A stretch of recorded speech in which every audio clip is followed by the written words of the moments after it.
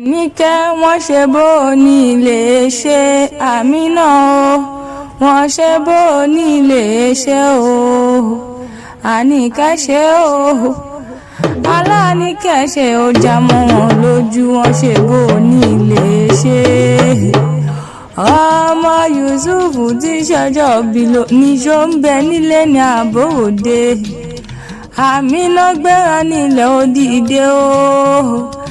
Anike àní ó gbéra nílẹ̀ ó dìde tó ní ṣọjọ́ bí rẹ̀ mo ṣe wá. Jẹ́jẹ́ mi mo jókòó mi, Bólú ti fẹ́ ló pè mí lórí àǹgó, ó ní ojúlóge àmọ́ kéàkéwì mọ́ ọ̀bọ̀ ní gbàǹgede wá bá ń kẹ́gbọ́n mi tí ṣọjọ́ òbí ló ní. Ọmọ Yusuf àṣeyíṣà mọ́dún ọdún ayọ̀ lẹ́mọ̀ọ́ṣe, ọdún dùnnú ọdún rèé. Anike wọ́n ní bọ́dún bá ti dé ọlọ́dún ní kọ́mọdún ẹ lọ́dún, ó ṣètọ́dún ọdún èyí tán ohun gbogbo wa a ó jọ ṣe tẹ̀mí ni. Kó o wá gbó bí olúgbòho tí ń gbó, kó o gbó bí olúgbòho tí rí gbó, kó o fọwọ́ pa ó, kó o fèrègì ìjòbí. Ọmọ Yusuf mọ́ ọgbọ́ dídùn ẹnu mi, bọ́dún bá dé pèrègùn àmáwọ̀ tutù wálé ayé. Ọdún wá ní dé kọ́mọ bí mọ́ borí àtẹ̀, lọ́dún ìlà mọ́ọ̀sọ lógúnlógún, ikàn á sì mọ́ọ̀sọ lọ́gbọ̀n. Ọmọ Yusuf ooo, Aminat Anike tí ṣọjọ́ bí ló ní kó ṣọ̀pọ̀lọpọ̀ ọdún láyé. Anesta ló ní ìmọ̀ kí ọ bólógún ẹrú, Bólú ti fẹ́ ló ní ìmọ̀ kí ọ bí ọlọ́gbọ̀n ìwọ̀fà. Àbúrò rẹ̀ ló ní okú ọdún okú iye dúkórí jẹ́ òpẹ́, ó ní kí n kí ọ ní gbèdégbè èjè, kí n kí ọ ní gbẹ̀jọgbẹ̀jọ. Esther ní kí n wí fún yín, ó ní tó bá jówó ló ń fún yín ó wá tán, bó sì ìjáṣọ ní aṣọ àdógbò. Ó ní ara mọ̀ kẹ́dẹ́kun ilé àwọn bàbá tó bí wọn ni ó mọ̀ bá mi lọ. Ó ní súrésúré tètè kí n mọ̀ relé àwọn bàbá tó bí lọ́mọ gangan. Anike o, Aminat ọmọ Yusuf ń gbọ́ṣẹ́ kí n mọ̀ relé bàbá tó bí ọlọ́mọ ni.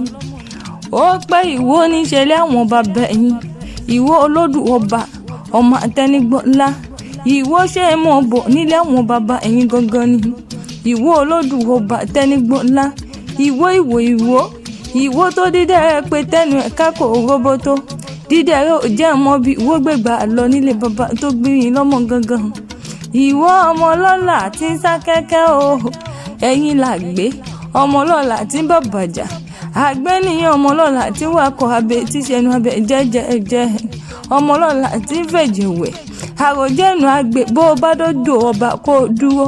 Èjì owó wọn ń jẹ́sẹ̀ oyè ó tó mi nínú ilé yín, ìrọ̀kẹ́rọ̀ jẹ́ kó mi ọba ìfẹ́ ó tòrò, kí là bá rí mú bọ̀bà mú bọ̀ sùn, káró mú jagun òòṣà méjèèjì ìwò wọn kì í jiyàn, bẹ́ẹ̀ ni wọ́n ì jẹ́ ẹ̀kọ́ bálẹ́bálẹ́ ogun ni wọ́n ń tọrọ lọ́wọ́ gba.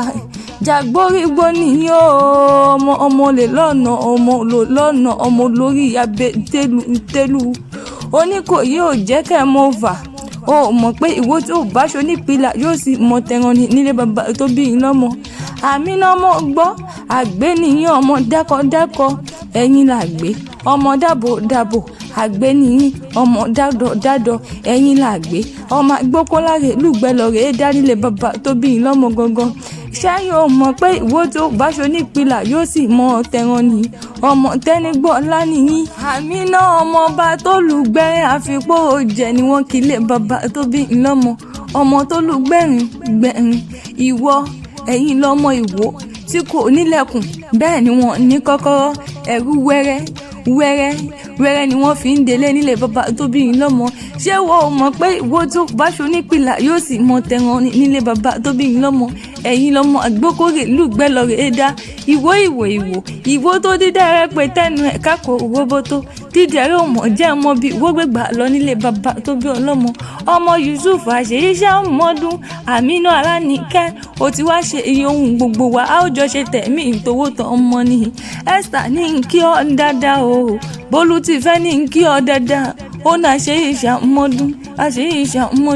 àṣeyíṣà mọ́dún lọ́lẹ́ Elédùmarè ọba.